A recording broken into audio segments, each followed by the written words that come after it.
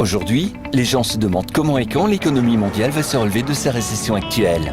Même si personne ne peut prédire l'avenir, les utilisateurs d'eToro recommandent de rechercher des informations en observant comment les marchés ont réagi aux épidémies précédentes. Par le passé, après une crise initiale due à une épidémie, les marchés ont mis environ 6 mois pour rebondir. Une baisse à court terme avait tendance à être suivie par la poursuite d'une tendance haussière. Par exemple, la grippe porcine a commencé en 2009. 6 mois plus tard, le S&P 500 a augmenté de 18% et, en un an, il était en hausse de 35%. Bien que les rebonds passés ne permettent pas de prédire ce qui va se passer maintenant, ils peuvent faire la lumière sur ce qui pourrait nous attendre. Vous souhaitez obtenir plus d'informations ?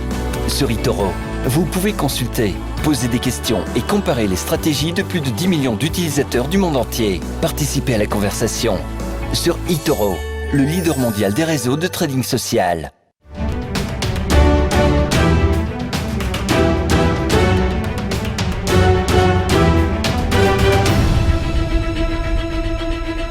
Les infos qui ont marqué ces dernières heures avec cette question, Donald Trump va-t-il devoir céder et révéler ses déclarations d'impôts? Il est opposé par principe, le président des États-Unis, à la transparence fiscale. Il a toujours refusé de se plier à l'exercice et il a alimenté de ce fait les suspicions de fraude à son égard de la part de la justice. Alors premier coup dur infligé hier par la Cour suprême. Elle a jugé que le procureur new-yorkais qui réclame les archives comptables du président américain, y compris ses déclarations d'impôts, est dans son bon droit. La justice peut donc avoir accès aux comptes et aux documents financiers de Donald Trump. La Cour a expliqué qu'il n'était pas au-dessus des lois et que le président des États-Unis n'a pas une immunité totale. Pour l'instant, cependant, le transfert de ces documents au Congrès réclamé est bloqué et ne devrait pas être dévoilé aux yeux des Américains avant l'élection présidentielle du 3 novembre à laquelle, on le rappelle évidemment, Donald Trump est candidat.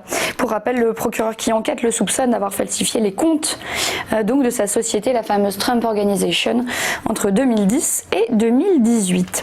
L'actualité en France maintenant avec les suites du Ségur de la santé. Le gouvernement a annoncé hier un protocole d'accord à 180 € net mensuels pour l'ensemble des personnels hospitaliers après plusieurs semaines de discussions et des tractations de plus de 10 heures mercredi soir. Le ministre de la Santé Olivier Véran et les syndicats ont fini par s'accorder donc sur la répartition des 7,5 milliards d'euros promis par l'État. Cette augmentation de salaire, elle concerne à la fois les salariés des hôpitaux, évidemment ceux des EHPAD publics. Les syndicats devront donner ou non leur aval définitif sur ce projet d'ici lundi. Ils réclamaient jusqu'alors une hausse mensuelle de 300 € net par mois pour l'ensemble des personnels. À noter que les médecins, eux, font l'objet de négociations séparées. Puis autre avancée, le texte comprend un volet sur l'emploi. 15 000 embauches sont au programme, dont la moitié correspondent à des créations de postes et l'autre moitié à des recrutements sur des postes